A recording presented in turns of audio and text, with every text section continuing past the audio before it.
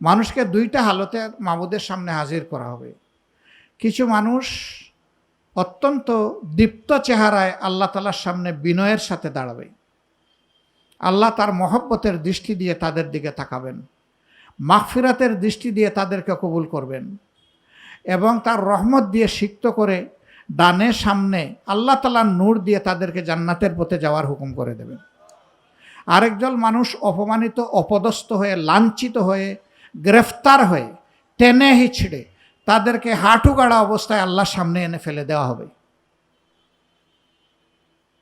যারা আল্লাহর নাফরমানি করেছে, যারা মানুষের উপরে জুলুম করেছে, মানুষের হক নষ্ট করেছে, আল্লাহর হক নষ্ট করেছে, তাদেরকে এই ধরনের টেনে হেঁচড়ে আনা হবে। আল্লাহ তাআলা তার রহমতের দৃষ্টি দিয়ে তাদের দিকে তাকাবেন না। তাদের জন্য আল্লাহর হুকুম হবে জাহান্নামের আগুন এবং বেড়ি। ফেরেশতা যখন তাদেরকে নিয়ে চলবেন তখন তারা ফেরেশতাদেরকে অনুসরণ করে চলবে। আল্লাহ তাআলা ডাক দিয়ে বলবেন, থামাও, ওরা কি শ্বশুর বাড়ি যাচ্ছে নাকি? রওনা করেছে, কোথায় যাচ্ছে জানে ওরা? থামাও, ওদেরকে থামাও, আমি একটু জিজ্ঞেস করে নিতে চাই। তখন আল্লাহ কি জিজ্ঞেস করবেন? জিজ্ঞেস করবেন যে তোমাদেরকে পথ দেখানোর জন্য, জান্নাতের সুমহান বাগানে তোমাদেরকে অভ্যর্থনা জানানোর জন্য আমি যে ব্যবস্থা করে রেখেছিলাম, তার সুসংবাদ দিয়ে তো আমি নবী পয়গম্বর যুগে যুগে তোমাদের কাছে পাঠিয়েছি, তাদের সাথে কিতাব দিয়েছি। আবার যদি আমার অবাধ্যতা করো এবং আমার হুকুমের, আমার কিতাবের শিক্ষার বিপরীতে চলো, তাহলে তোমাদের পরিণতি কি হবে তাও জানিয়ে দিয়েছিলাম। সেদিন তোমরা এটা মাননি কেন, কানে তুলনি কেন, হৃদয়ে গাঁথনি কেন? এরা কোনো জবাব দিতে পারবে না। খুব বেশি জবাব দিলে বলবে শয়তান আমাদের উপর ভর করেছিল।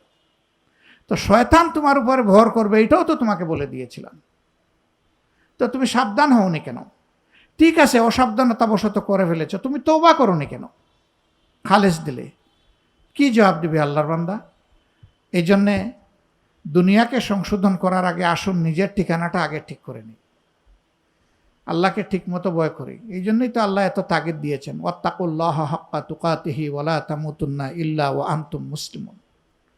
ভয় করো আল্লাহকে পুরা হৃদয় জুড়ে, পরিপূর্ণভাবে হক আদায় করে। এমনভাবে ভয় করো, ভয়ের জায়গায় আর যেন কারোর সামান্য কোনো শরিকানা না থাকে। আল্লাহকেও ভয় করব, আবার স্বৈরাচারী শাসককেও ভয় করব, এই দুইটা একসাথে চলে না। আগুন আর পানি যেমন এক জায়গায় থাকতে পারে না, ঠিক তেমনিভাবে আল্লাহর ভয় এবং গায়রুল্লাহর ভয় একসাথে চলতে পারে না। গায়রুল্লাহকে যারা ভয় করবে তারা আসলে আল্লাহকে ভয় করে না, আর আল্লাহকে যারা ভয় করতে জানে তারা গায়রুল্লাহকে কোনো পাত্তাই দেয় না।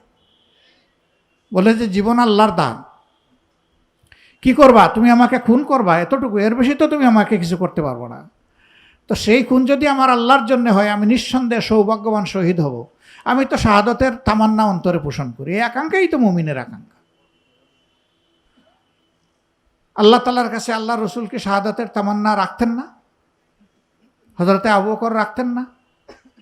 রাখতেন। কিন্তু আল্লাহ রসুলকে আল্লাহ শহীদ করে দুনিয়া থেকে নিলেন না, হযরতে আবু বকরকেও আল্লাহ নিলেন না, পরবর্তী 3 খলিফাকে নিলেন। আবার এক খলিফার দোয়া ছিল বড় বিচিত্র। তিনি বললেন, হে আল্লাহ আমাকে তুমি শাহাদতের মওত দিও, হে আল্লাহ আমাকে তুমি মদিনায় মওত দিও। তার সঙ্গীরা জিজ্ঞেস করতেন, খলিফাতুল মুসলিমিন আপনি শহীদ হতে চান আবার মদিনায় মওত চান, এই দুইটা কেমনে হয়? বলে এটা আল্লাহ ভালো জানে, আমি শাহাদতকেও ভালোবাসি, আমি মদিনাকেও ভালোবাসি। শেষ পর্যন্ত তাই হলো। হযরতে ওমর ফারুক রাদিয়াল্লাহু তাআলা আনহু, হযরতে উসমান ইবনে আফফান রাদিয়াল্লাহু তাআলা আনহু, দুইজনেরই মওত মদিনাই হলো, শাহাদতের মওত হলো। এই দোয়াটা করেছিলেন হযরতে ওমর ফারুক রাদিয়াল্লাহু তাআলা আনহু। আল্লাহ তাআলা তাকে সম্মানিত করলেন, তার দোয়া পুরাপুরি কবুল করলেন। তো স্বৈরাচার আমার কি করবে? জালিম আমার কি করবে? খুব বেশি তো বেশি আল্লাহ চাইলে সে আমার জীবনটা নিতে পারবে, এর বেশি কিছু পারবে না। তো আমার জীবন নিয়ে আমি যাব জান্নাতে, আল্লাহর মায়া মোহব্বত ভালোবাসা পেয়ে, আর ও সেদিন অপমানিত লাঞ্ছিত হয়ে যাবে আরেক ঠিকানায়। যদিও আমরা আল্লাহর কোনো বান্দার জন্য এই জাহান্নাম কামনা করি না, আমরা নিজের জন্যও জান্নাত আল্লাহর দরবারে আকাঙ্ক্ষা করি, সমস্ত মানুষের জন্য করি, যারা অন্য ইমানদার না, অন্য কিছু, তাদের জন্য দোয়া করি যে আল্লাহ তুমি চাইলে তাদেরকেও ঘুরাই দিতে